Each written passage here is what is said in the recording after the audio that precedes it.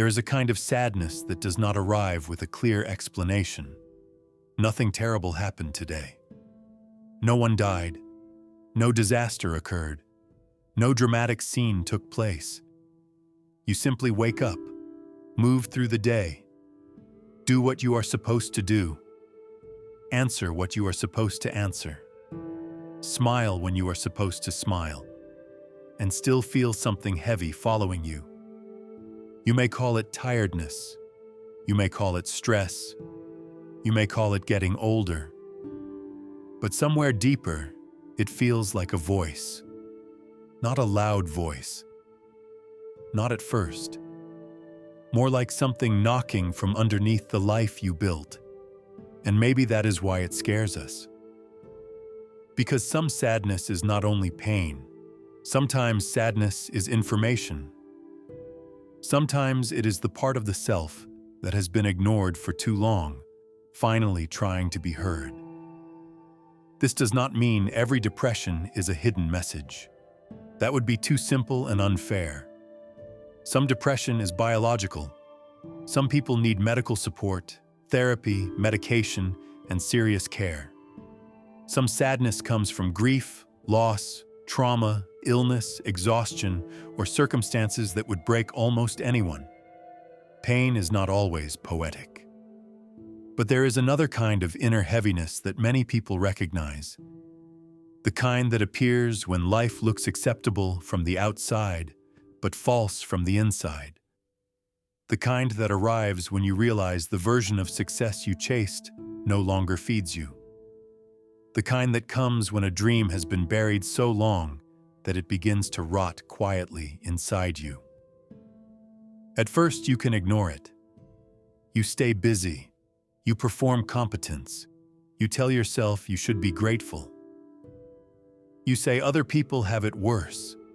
You open another app, buy another thing, plan another weekend, laugh at another joke. But the voice keeps returning, usually at inconvenient times, in traffic, in bed, in the shower, on a Sunday evening, at work while staring at a screen, realizing you have no idea why your chest feels so heavy. And the voice says, something in you is not being lived. That sentence is frightening, because if you hear it clearly, you may have to change something. Not everything, not dramatically, but something. Maybe that is why we prefer distraction. Entertainment can be a soft anesthesia. Productivity can be a socially respected hiding place. Busyness can make avoidance look responsible. A person can be praised for the very life that is quietly suffocating them. They are reliable. They are stable. They are always available. They never make trouble. They never ask for too much. And everyone calls them mature while something inside them is disappearing. This is where the buried dream begins to speak. Not always as excitement. Sometimes as irritation. Sometimes as numbness. Sometimes as envy. Sometimes as depression. You see someone doing something you secretly wanted to do, and instead of inspiration, you feel resentment. Not because they did something wrong, because their courage exposed your delay. Someone starts the business. Someone publishes the video. Someone leaves the safe role. Someone takes the class. Someone begins badly. And something in you whispers, that was supposed to be me. That whisper can become bitterness if you do not listen to it. But if you listen carefully, it may not be trying to shame you. It may be trying to wake you. Many of us are like a person obsessing over the design of a store that has never opened. The lighting must be perfect. The shelves must be perfect. The sign must be perfect. The timing must be perfect. The confidence must be perfect. Years pass.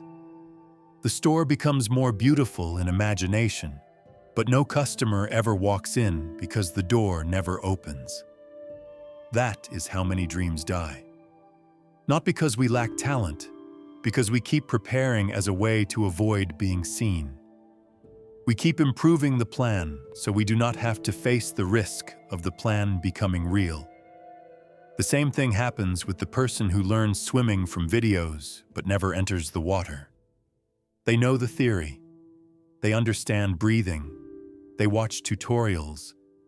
They buy the goggles. They study every mistake. But water cannot be understood from the edge forever.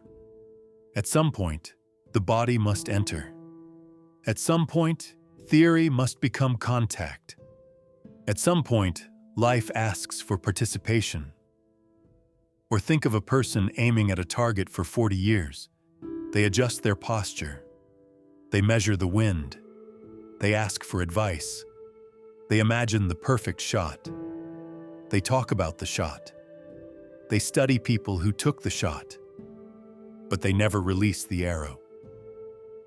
After enough time, what looks like patience becomes fear.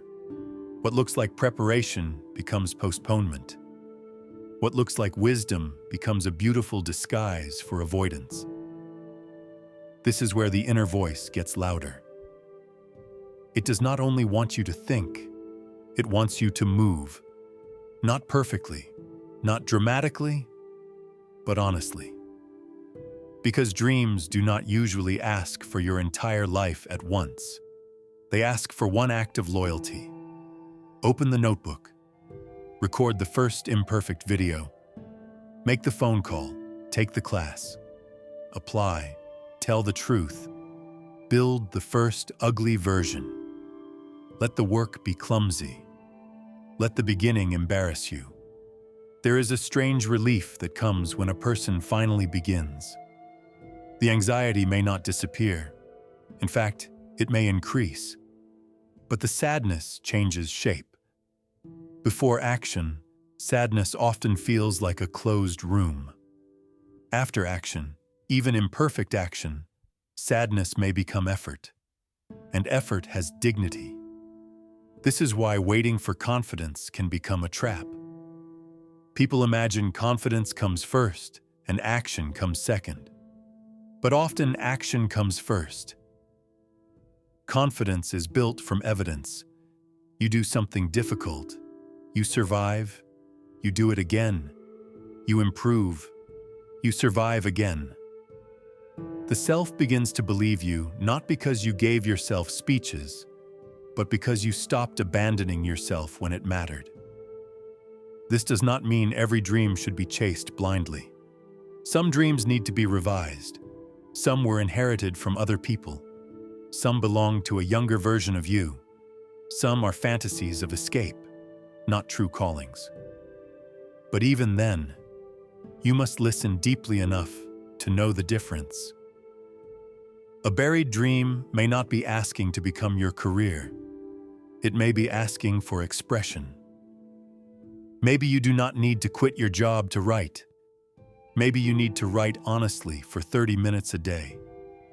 Maybe you do not need to become famous. Maybe you need to stop living as if your voice does not matter. Maybe the dream is not about applause. Maybe it is about integrity. Because when something real in you keeps asking to be lived, ignoring it has a cost. At first, the cost is subtle. A little numbness, a little resentment, a little envy, a little exhaustion that sleep does not fix. Then years pass, and the cost becomes identity. You start saying, maybe this is just who I am, but maybe it is not who you are. Maybe it is who you became while not listening. This is the danger of a life built only around approval, comfort, and survival. It may keep you safe, but it may also keep you small. There is a point in adulthood where old meanings stop working.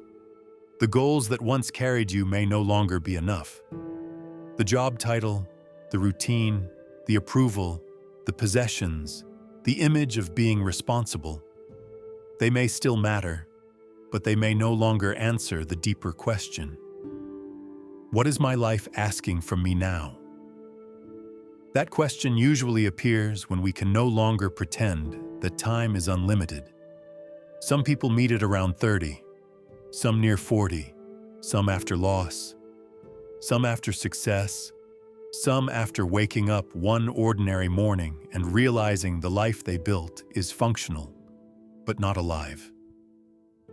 This moment can feel like depression, but sometimes, beneath the heaviness, there is a summons, a call from the unlived self, the self that wants more truth, the self that wants to stop pretending, the self that wants to leave a footprint, not necessarily a famous one, but a real one.